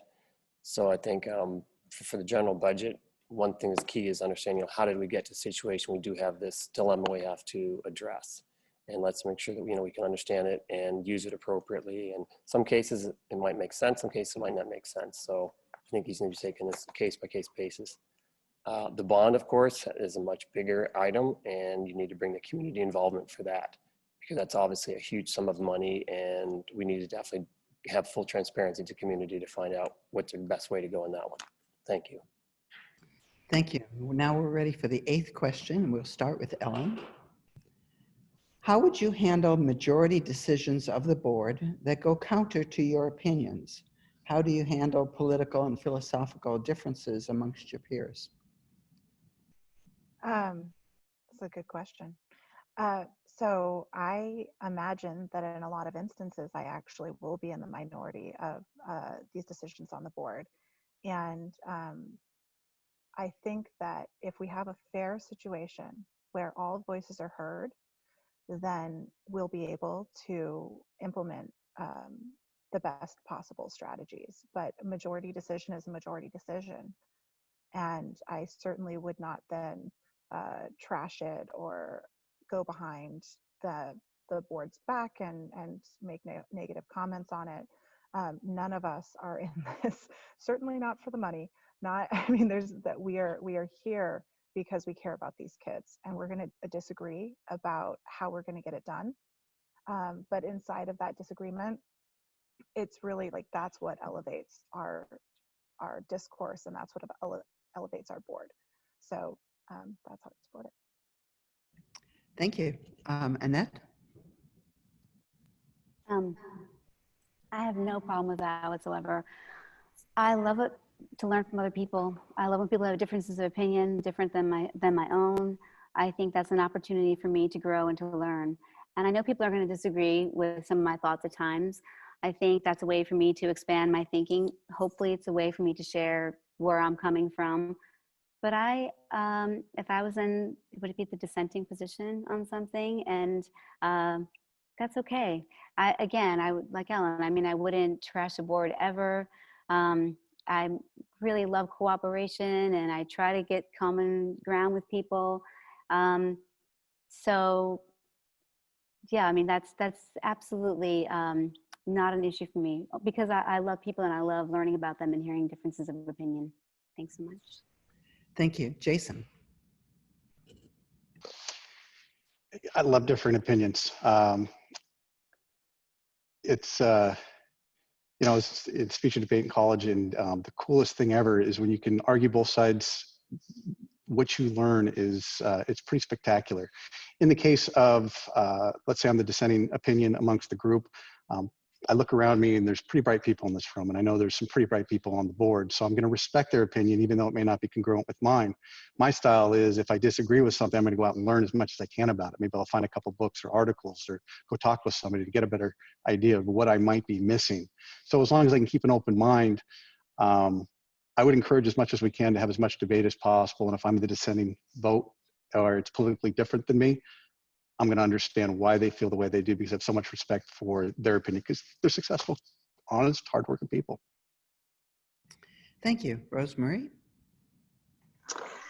I would, as a board member, I would look to key advisors, superintendent and the attorneys. And given some subjects, we might look to hire third-party experts. Would I be able to make these hard decisions? Yes, absolutely yes. If it's for the betterment of our children, first and foremost are the children. And as in Dr. Roger Rowe, that was his philosophy. The kids always come first. Thank you. Paul? Okay. The majority wins. That's why we have a board. That doesn't mean I'm not going to fight to get it done, what I believe in. I'm going to present the best case scenario. I'm going to get all the facts I can do, and I'm going to present it. And I'm going to listen to the family and community of what they want. And I'm going to fight for you guys. And if I lose, well, then I guess we just try for the next thing. And it's a team. I'm not always the best guy on the team on Tuesday, but Wednesdays I'm the best guy on the team. And that's how a team works. And that's what you got to do as a community. But you got to put up a good fight for what you believe in. So, thank you. Chris? Oh, thank you. This is an excellent question, I think, for everybody in all walks of life. In my opinion, the most patriotic thing you can possibly do is listen to someone else when you totally disagree with their opinion. And you might not agree with it, but at least you can agree to disagree. If we're on a team together and the captain of the team decides to take a vote and your opinion, although it's well heard, is not the one represented, if you're part of that team, you need to support the vote of the team and just move forward. And that's just the right thing to do. Thank you. Thank you. And John? My answer would mirror everyone here. So to add a little levity to this, I think I would say that if it happened more than 3 times, I would resign on the spot. or probably challenge them to a duel with swords. I'm kidding, of course. The bottom line is, obviously, this is a democracy. It's what's great about America. A majority is going to prevail. The minority needs to make their case. We need to have good conversations, good discussions. We need to be honest with each other. We need to make sure that it's not personal, though, and we're not attacking the person with their opinion. And then as long as we're able to do that, and then the majority votes, and if I'm in the minority, then it's fine. I support it completely. I mean, that is what is taught throughout all the military. It's taught in corporate America. Like, you support the decisions that are made as if you made them yourself. And with that kind of collegiality, you move forward into the next one. And it's really not personal. And it's really, like has been said, everyone here has their heart in the right place. So I would happily be in the minority if that happened. Thank you. Thank you. All right, we're on to the 9th question, and we will start with Annette. What do you think is the importance of the Rancho Santa Fe Educational Foundation in the life of the school district? And do you think everyone should contribute to it? I do think everyone should contribute, and I was slow to that party. I'm sorry to say. I think it's super important. They support the teachers, they support the school. I know Cheryl's done an amazing job. I know she's been working really hard and putting in 50 hours a week and having her children at the ages that she has them. I'm absolutely, I'm blown away that she can get all that done. So do I know enough about the Education Foundation and what they do in addition to supporting teachers and supporting school and programs? No, I think that's sort of essentially what they do, but I know that all the programs that they put out there are wonderful. I think it's what makes our school a special place. I think that that kind of volunteering and commitment are really extraordinary and unique. And was there a second part of that question that I all of a sudden got off track on? Besides just being support. Oh, and yes, I think everyone should contribute. Absolutely. Absolutely. As much for as what they're comfortable contributing. Absolutely. They should contribute. Okay, Thank you. thank you. And Jason? The foundation board, I mean, it's essential to provide the quality education that we give. I think, you know, she only has so many hours in a day. She needs help. That's a large part of the reason that I'm running is I think if this school is more integrated into the community, you know, we're doing activities, maybe there's a weekly column that the kids and the teachers write in one of the local newspapers, or maybe we, instead of doing instead of Rancho Days, which seems to have gone way of the past, you know, it's Roger Rowe Days. Get the community involved. Let them know what's going on here. When they find out that we have needs, as we've seen in the past, they will step up.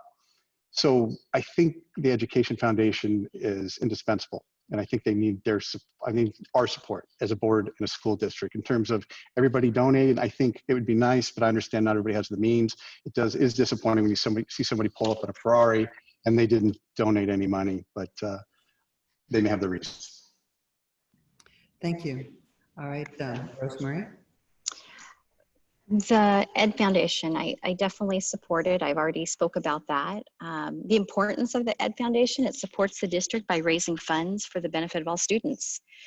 3 big things that they do: they coordinate volunteers, they ensure fundraising goal. This year is $700,000, which I'm hoping we're meeting. They manage the endowment. The significance of the Ed Foundation, well, the grant means small class sizes. That's what makes our school special. Personalized instruction, K through 8. And now more than ever, it's critical to keep the school open for the class sizes due to COVID. It helps with cutting edge technology. 10% of the district operating budget is from EF. I would love to see every family participate, but it's a personal decision. You know, I fully support it. Contributions are 100% tax deductible, and I encourage that. Thank you. Thank you. And Paul? The education program, it is absolutely an important thing for us to have. I think we need to open up other ways for people to contribute versus just throwing cash. It might even, you know, be whatever. But I think more people would donate if they could donate to certain specific things. I think if we open it up that way, just have more broad ways to do it. I think we need to look into it and make sure money's going where it's supposed to and whatnot. Have a little more review from outside source or something like that. I think that needs to be done. Make sure it's being maintained in the right way. But we need it because that's what's one of the best things that we have. We have this amount of money that we get to use to educate our kids that rivals some of the top private schools. So it is needed. I think it needs to be evaluated and taken care of. And I value you for doing the work. You know, asking people for money is a tough thing. So I appreciate you and I appreciate what you're doing. Thank you. And then Chris? Yes, thank you. Definitely the Education Foundation is a key component in taking the school from its excellence to like beyond excellence. And I think we need to continue that, maybe get more specific as to what things it can actually do that may encourage people to, you know, contribute more. And everyone I think can contribute in their own way, whether it's actually monetary or time or service or whatever makes the most sense for the particular needs. But definitely need to continue the education, keep moving that forward. Thank you. Thank you. John? I am 100% enthusiastic and full support of the Education Foundation. Thank you, Cheryl, for all that you do. I know when we arrived here, I was immediately with my wife accosted by the people on the foundation to donate. And it was a very easy sell. When we learned about Roger Rowe, like I said, we targeted this area to move to specifically so that our boys could attend to this school. And we immediately joined the Scholar Circle level because it's way less than private school education. And I think this school is better than private schools. So it was a very easy financial decision to make for us. I think we need to socialize and market it better to all of the parents of students that come here so that we can try to encourage more donations across all the different levels, whether you donate $5 or $5,000. We just need participation. And it is a wonderful thing that it does to provide the school the money needed to become world-class. Thank you. Thank you. And Ellen? I think that as someone who attended a private school through the generosity of an education foundation, that education foundations are absolutely essential to functioning. And just from on a personal level, when my kiddo who was transferring, you know, he's moving homes and moving schools, and when he came home and there was a plant waiting for him and a mug and like those little touches, I just cannot say how much that makes a difference in creating this community. In World War II, after cities were decimated in Italy, they got together and they got to create something. And with those funds, some of them created schools, and those schools were the foundation of those communities. That's Reggio Emilia, that's Montessori, like that was funded on that model. And so if we bring our community together and think of our school as the hub of our community, it's just miracles.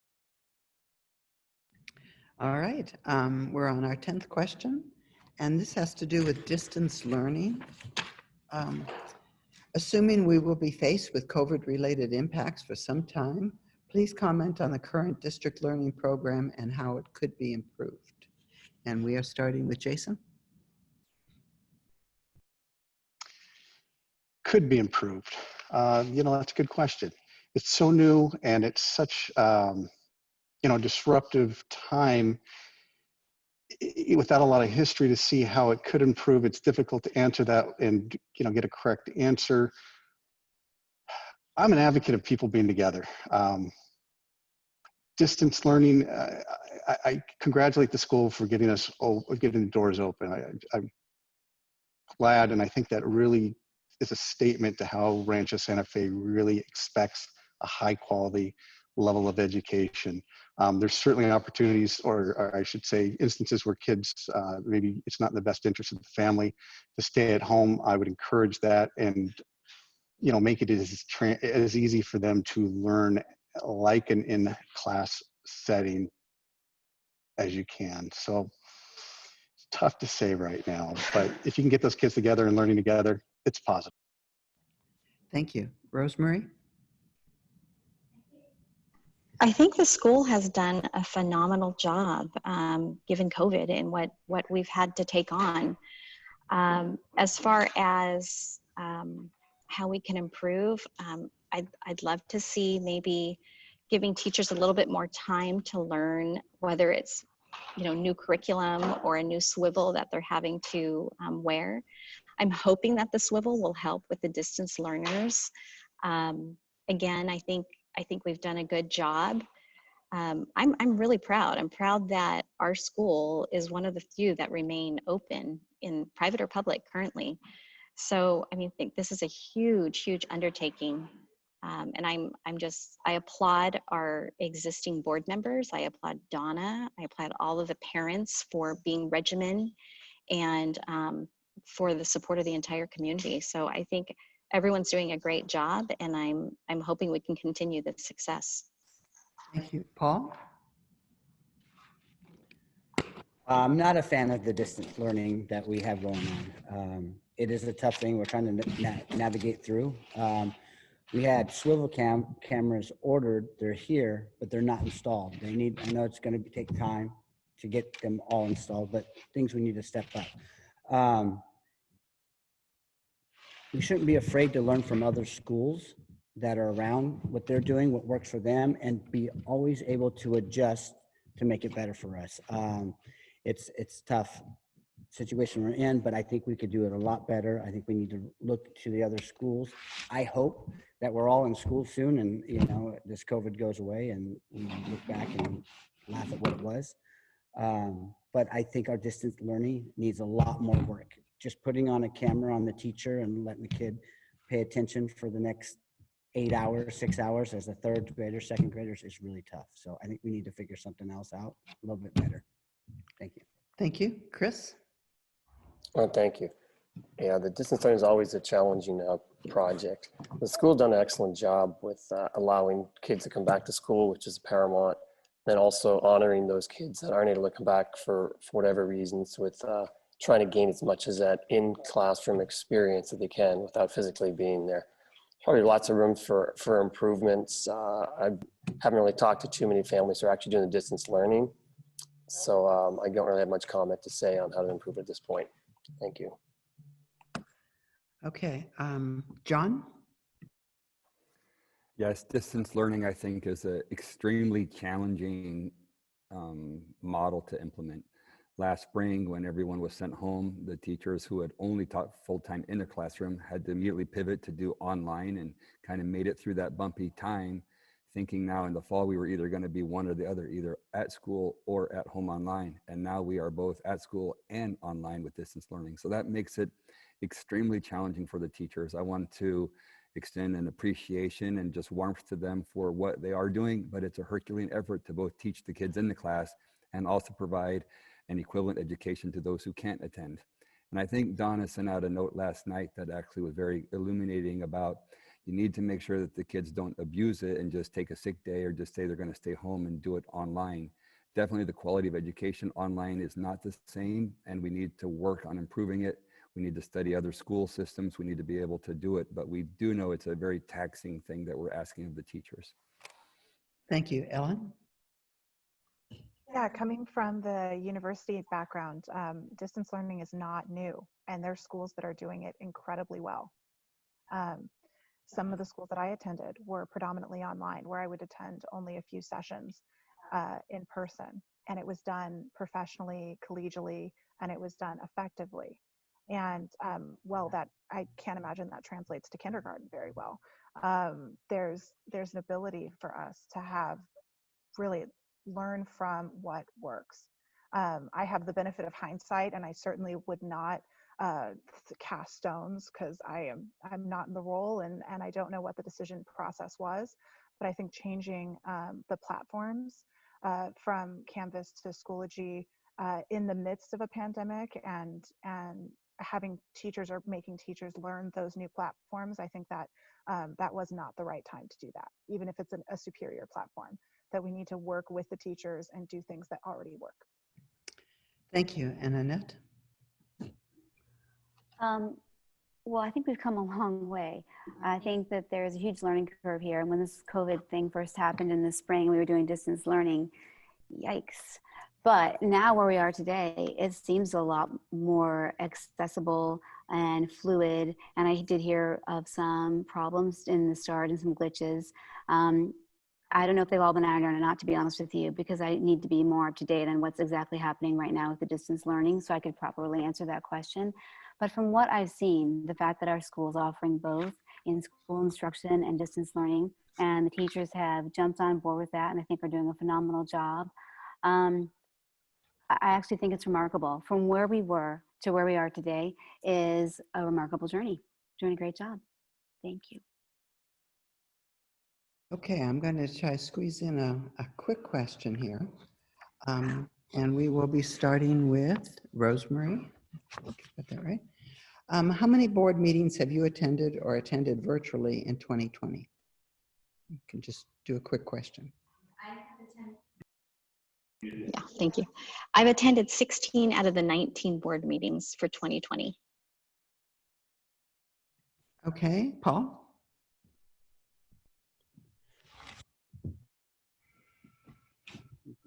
I've done 3 of them, and then while they're active, and then followed up with them later, about 6 more. All right, thank you. Chris? I've been to 2 of them. All right, John? I've been to many, most of them. I lost count. Ellen? I have not been to any in person. I've read the meeting minutes for the last 10 board meetings. All right, Annette? I've been to 5. And Jason? You know, unfortunately, I work full-time, and during the pandemic, it impacted one of the businesses that I own, and I've been putting pretty much 60 hours a week into that business. So I haven't had the opportunity or nor the time to attend all the board meetings, but I participated in 3 of them. Okay, all right, so now this one will take a little longer, and it might be our last question, depending on how long we go. What are your top 3 priorities? And we'll start with Paul. We lost a stopwatch, so I'll start a stopwatch here. Oh, okay. Go. Top 3 priorities, simple. It is the kids, the teachers, and the parents. All three of those are all the reasons why we should be here as a board member. If the kids are great, even better. If the teachers are great, they're going to be teaching better. If the parents are happy, they're going to be donating more, they're going to be interacting more. And that's what this is about. It's about family. Our kids, our teachers, and our parents. Those are my top 3, and that's what we need to focus on. Thank you. Chris, top 3 priorities. It's like, I think I mentioned this before, but the trilogy of the school is pretty simple. It's kids, the teachers, and the parents. So we need to, continue that education to the kids, keep bringing them to the next level, get them prepared for what's coming next. This is what we need to do to make sure the kids can excel. The teachers, they're the backbone, as I mentioned before. It's critical that we support them, listen to their needs, value their inputs. A lot of these teachers are incredibly smart individuals with master's degrees. If we're not paying attention to what they're saying, we're losing a valuable asset. And 3, on the transparency, make sure the parents are involved with everything. Don't do any closed door meetings and make decisions that don't involve the parents, because that just causes hate and discontent. And then everything just falls apart. All right, thank you again, appreciate it. Thank you. John? Okay, I have actually talked about these 3 priorities, and they are on my website at johntree.com. Number 1, keep the kids safe, keep the teachers safe, keep the administration safe. So safety, ensuring the safety, this is a life and death issue. So number 1, keep everyone safe. That's like a no-brainer, number 1 priority. Number 2 is to continue the traditions of excellence here at Roger Rowe. So that involves all the support and many of the things that we talked about today, so that we can continue to be comparable to private schools and just be a world-class education place for our kids, K-8. Number 3 then would be transparent board governance, to be able to bring the leadership that I've had over my long career to the board and my board experience, to be able to provide the board leadership and transparency to the community and the governance to the administration that would make this work. Thank you. Thank you. And Ellen? So continuing to develop the community-based learning, that would be priority number 1 for me. Safety, for the whole school and all of the families at home, really taking those needs into consideration and keeping everyone safe and healthy and prepared. The third thing is transparency. Transparency and utilization of resources, using the teachers as a resource. And we live in a community of fantastic families who are resources as well and can bring their expertise and their skill to further create, like really take, like Jason said, the school from great to excellent. Thank you. Annette? I agree with John Ellen here. Safety is the #1 priority. Safety for the teachers, the children, the administration, families. I just think that right now that has to be our priority. But I'd like to keep the school open and keep everyone safe. My second priority would be continuing the fiscal responsibility that was well established. And my third is building a stronger community. I do think this is a lovely community, which is why we're here. But I think that it can be even better, working closely with the Education Foundation, the board having a close relationship with Donna and being helpful to her. I think there are ways we can continue to build an even stronger community. Thank you. Thank you. Jason? Primary reason I'm running for this seat is I think there's a great opportunity to engage the community at a much deeper level. If you look back when Dr. Roger Rowe was with us, he was integrated in the community, and I think we've lost that a lot. I know, think about the foundation. She's going to focus on the school and the parents because her time's limited. But imagine if she could pick up the phone and get a hold of who's running the Rotary or the newspaper, or some other pick one of the other organizations that really has access to resources. Whether it be monetary for a donation or whether it be just a leadership opportunity for one of the classrooms. That is my main priority, and that is, if you believe in that, you need to vote for me. If you don't believe in that, then that's okay. Beyond that, I think we need to support our teachers because they are our biggest asset, and then of course make sure our curriculum is world class. Thank you. And Rosemary? My top 3 priorities, can you hear me? My top 3 priorities, it's also on my website, roseforrsf.com, are individualized growth for all students, collaboration, and remain fiscally conscious. First, with individualized growth for all students, we would need individualized growth for all students at all levels, and that includes bringing the bottom up and raising the top. I think we need to provide support to all of those who need gaps to fill while delivering enrichment to those who are exceeding grade expectations. This way, we are able to challenge all students while we continue to deliver a premium education and enrichment. Second, collaboration. I will collaborate with all key constituents, meaning parents, teachers, administration, superintendent, and fellow board members. Third, remain fiscally conscious. I intend to make effective use of our resources to support our district's priorities, all while maintaining a fiscally responsible approach. Thank you. Thank you. And you've all done so well on the time. I think we can squeeze in one more question. And we will start with Chris. And these questions have all been so great too. So we'll start with Chris. And I don't think we've addressed this. Having normalized discussion of mental health struggles in the community is important in this time. What are your intentions to support this? Very interesting question. I think this is obviously a very challenging time because of the pandemic that's going on, and everyone's experienced a lot of different issues, and people have had pre-existing mental health issues. It's going to further enhance that. I think a lot of things can be addressed by education, and we're trying to bring people to the table and trying to put the options that they can move forward with that, and try to just understand the core issues of what is causing any issues, and move forward to try to understand and try to solve the problem the best you can. Thanks. John? I'm so glad that you actually brought up this topic of mental health, because it really is one of the silent enemies that we have faced and are facing right now, that is compounded by the global pandemic. And so I can tell you, within the Air Force, it's an item of tremendous concern for the entire force worldwide, the mental health.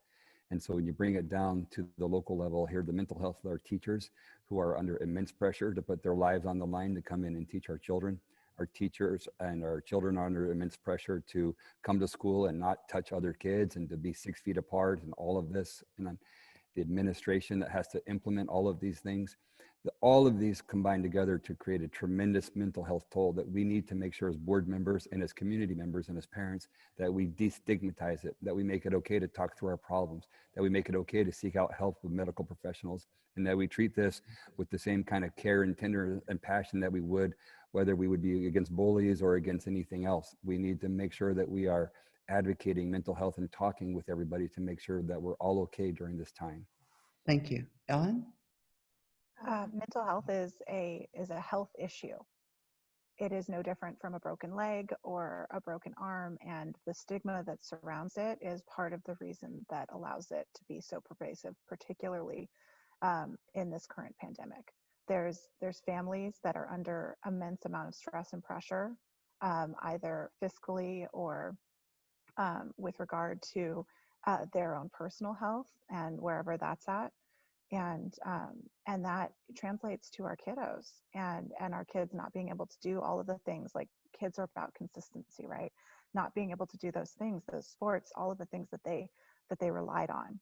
And I think that we've hired people, we've put things in place, and that's fantastic. But starting from, yes, this is a difficult time for all of us. I know I sat down my kiddos and said, yeah, me too. I'm having a hard time too. How are we going to work on this together? Thank you. Annette? This is a really hard question, I think, because what everyone said is true. It's sort of an unprecedented time, and I think it's really stressful, and it's created a lot of distressing situations for families and for people teaching. I know we have the social and emotional learning, but how we help children navigate a time like this is I think making someone feel safe and loved. I mean, I think, how did kids a long time ago deal with going through a war? I mean, children go through all kinds of things that are probably unimaginable to me, and things I didn't have to deal with in my childhood. This is one great challenge. I think if a child feels safe and loved, then you can, and that they can be open and unafraid to communicate. There's a lot we can do with that. Other than that, I'm open to ideas and a conversation about it. Thanks so much. Thank you. Jason? I think we need to recognize that with this generation, it's a new mental crisis, really. And there's insecurity with kids these days. And I know there's a lot of studies out there trying to understand, why are kids so insecure? Why is this becoming a mental problem? Partly you got to understand why, and I don't have the answer, but there's theories that suggest it's the online activity. You know, you see all your friends at a party and you get 100 pictures of your friends at the party, you come and you weren't invited to that party, it's going to make you insecure. So first, identifying where the mental problem is coming from. In this case, I focus on insecurity. Then giving them the tools to be able to deal with it. If it's enhancing their security or their encouragement, giving them opportunities to build that self-esteem, or to recognize that, you know, is really that important? Is this that important? And then giving the parents of the kids of the school those tools as well. Thank you. Rosemary? Mental health, I think, is very important. My mother is a retired psychiatrist, so I'm a strong believer of mental health, especially during this COVID pandemic. I was really pleased to see at the last board meeting that SEL, social emotional learning, is part of our district priorities. We can see it, it's actually on the website. First of all, I feel constant communication with the kids is of the utmost importance, making them aware of the pandemic, also trying to give them some semblance of normalcy. Similarly, giving an open channel of communication from teachers and admin.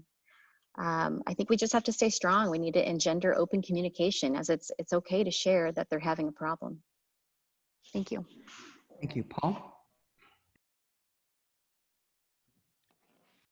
This is a big thing to me. As a veteran, I'm big on this veteran suicide awareness. 22 veterans take their lives every day. But learning about that, I learn about what causes this. It's change. change that we don't know is happening changes. So these kids are used to coming to this school with high fives, hugs, and all that other stuff. They're going through changes. We need to make sure that we're doing things to encourage them, that let them know that it's coming back. We're here, we're together. We need our teachers. There's teachers that are having such a hard time because they're doing twice as much as they ever done. So we got to make sure that everybody's getting stuff back. There, counselors, whatever it is that we need to do, but we need to focus and know that it's different. And it's okay that it's different, but we're going to help you. We got help, we got whatever we need. So anyway, I'm out of time. Thank you. And now, before our candidates give their closing remarks, I want to thank everyone for attending and asking such great questions. Make sure you're all registered to vote and that your address is correct. You can check it at sdvote.com. And be sure to fill out your census if you haven't already done that. And that's at my2020census.gov. Also, to help you become more informed, go on the League website. We have candidate forums, we have prop talks, lots of issues to help people get through their ballot.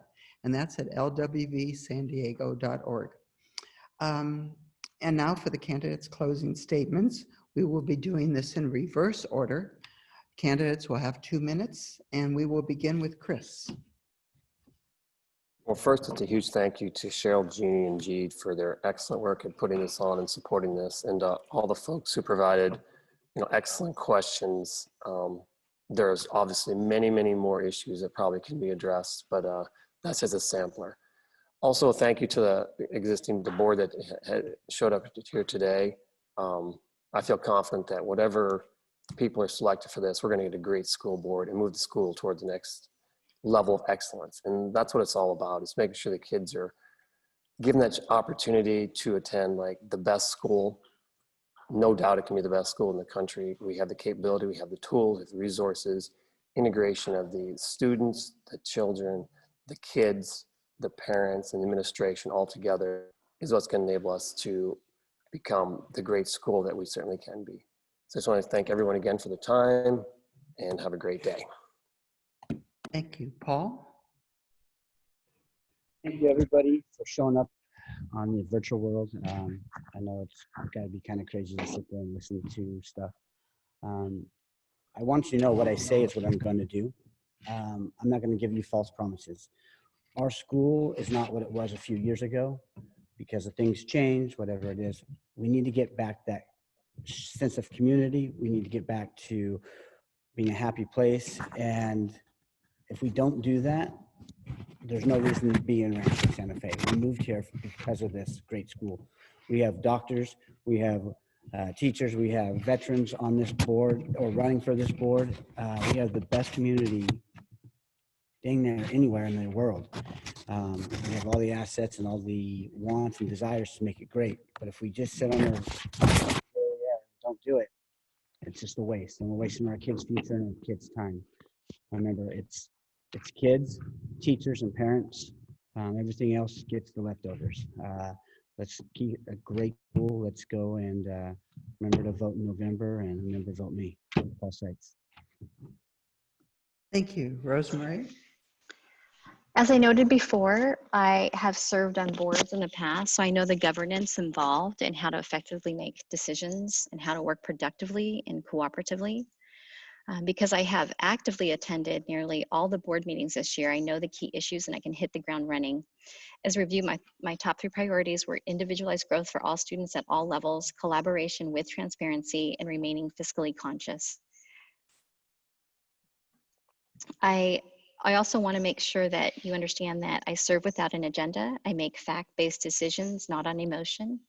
But my focus is first and foremost on the well-being and education for our students. So ensuring top quality faculty and teachers and ensuring that we have highly energetic learning environment.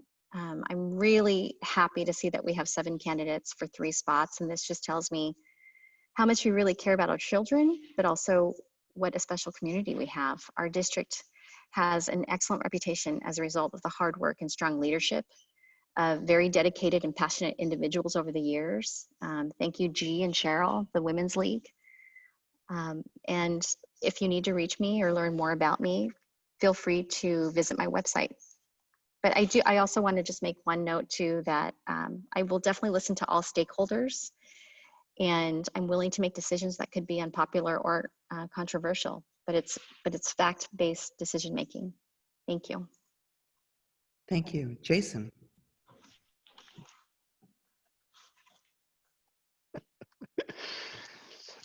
My goal as a board member will be to continue to support the current board and provide value from my 20 years of leadership experience in growing companies in a variety of different industries.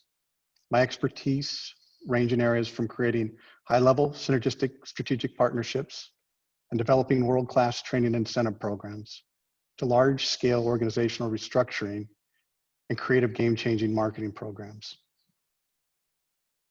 I've also, more of a local level, been a deacon at our local church for the past 3 years. I headed up the community outreach program, which is similar to what I'm advocating here, and we've had some great success. Matter of fact, Saturday we're doing a car wash for the homeless veterans. Come on out, wash your car for free. Donations be appreciated. Sorry to get off topic. My goal is to involve the community to support the school. I think the first step is really communicating with the community. Let them know what the issues are. Bring them out. Let's give them an overview. Let's give them some tours. Let's get the kids with the elders. And once the community starts to realize the issues that we have here, given historical precedents that was set by Dr. Rowe, the community is going to dig deep. They're going to look deep. They're going to find ways to make the programs that we need happen. Given my tenure in the community, the relationships that I have, my passion for this school and this district, I'm committed to making that happen. If you want to learn more, I do have a website, jasonkarchis.com. I look forward to getting your vote. Thank you. Annette. I want to thank everyone, G, the League of Women Voters, Cheryl, and all of you. I feel like I got to know you guys, and it's really a pleasure. There's always ways to improve our school. I'm open to ideas. I love to learn and enjoy working with others. Most importantly, I love children, and I deeply care about education. I think it's one of the greatest gifts we can give them as they go out into the world. And while I'd never minimize the impact it makes, equally important is their emotional learning to be a friend and to care about the world around them. Communities like this one are a treasure. They're really hard to find. And one of the reasons why I'm running, honestly, was last year, Veterans Day. When the kids walked in on the pavement with the flags, and then they all talked about stories of people that they knew had served our country, I looked at Bill and I said, this is absolutely amazing. I don't think many schools take a moment to honor our veterans in this way anymore, and I think it's important.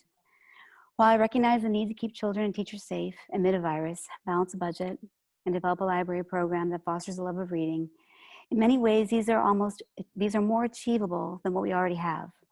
Change is inevitable. It's not something I fear, but this gem that sits in the center of beautiful Rancho Santa Fe has core values and traditions that I hold dear. It's that tradition of excellence that I hope to preserve. Thanks so much. Thank you. Ellen? Ellen? So I completely echo Jason's sentiments that our school should be a hub of the community, and Rosemarie, your sentiments about volunteer and creating an actually community volunteer program. I was taking notes as they're talking, because whether I'm on the school board or not, this is happening. And Annette, your library program, there's absolutely no way we can't make that happen. I grew up next to Hicklebee's, which is one of the most famous children's bookstores in California. And I got to meet these amazing authors and sit in this giant bathtub full of pillows. Pandemic, probably not a good idea, but that was my childhood, and that fostered my love of learning and my going to Berkeley and getting a degree in English literature. Like that was those moments in that bathtub with those pillows, meeting those authors. And at 14, I was the CEO of my own school, like that's what the way that my high school was run. And we ran our own business. We ran a Jamba Juice before Jamba Juice. And so we made smoothies for all of our sparse friends. And then we took the profits from that and we invested them. And then that was my freshman year. Senior year, we got our investment back. And that was just immeasurable real life skills that are absolutely achievable. It really wouldn't take much in terms of extra funding or anything like that. It's just these ideas from these people in this room. Rosemary's Spanish language program, like fantastic, absolutely achievable.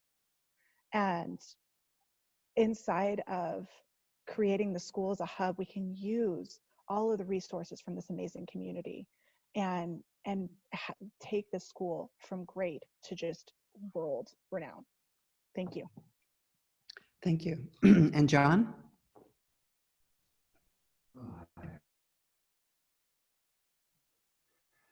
All right, I wanted to offer my closing remarks by saying thank you to everyone. Thank you to the League of Women Voters, to the Education Foundation, to the existing board G, and to all of my fellow candidates. Thank you for coming.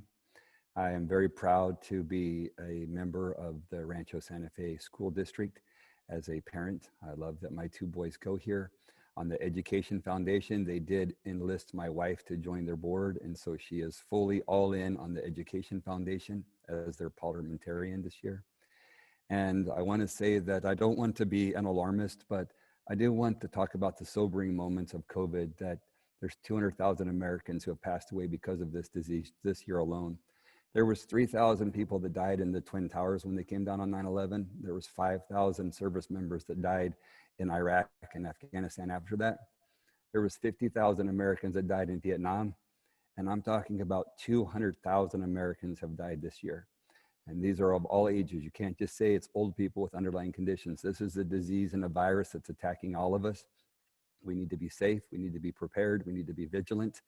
That's why it's the top priority on my list. I'm thrilled that the school is open. I think that's the greater good for the kids to be around each other and to have some social interaction, but absolutely with all the protocols and safety that the school administration and Don has put into place. Personally, this year has been a challenge for myself as I tore my knee bouncing on the trampoline with my boys in June. I tore my ACL and PCL and MCL.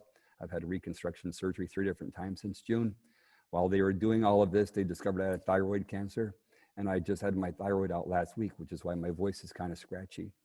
So I just want to say, like, I'm all in on this. I'm committed to the Education Foundation and to the school board, whether I win or lose on November 3rd. I'm asking for your considerate vote. Go to my website at johntree.com and let's get this done together. Thank you. Thank you all. And if this were a live forum, this would be the time the audience would stand up and applaud you all. Thank you for running for office. It takes a lot of guts to do that. And thank the audience again for listening to all of this. You're following the League motto, which is don't be just a voter, be an informed voter. And by the way, all registered voters will get their ballots in the mail. And you can you don't need postage, you can either drop them in the mailbox or in designated places. And thank you all and have a wonderful day. Thank you.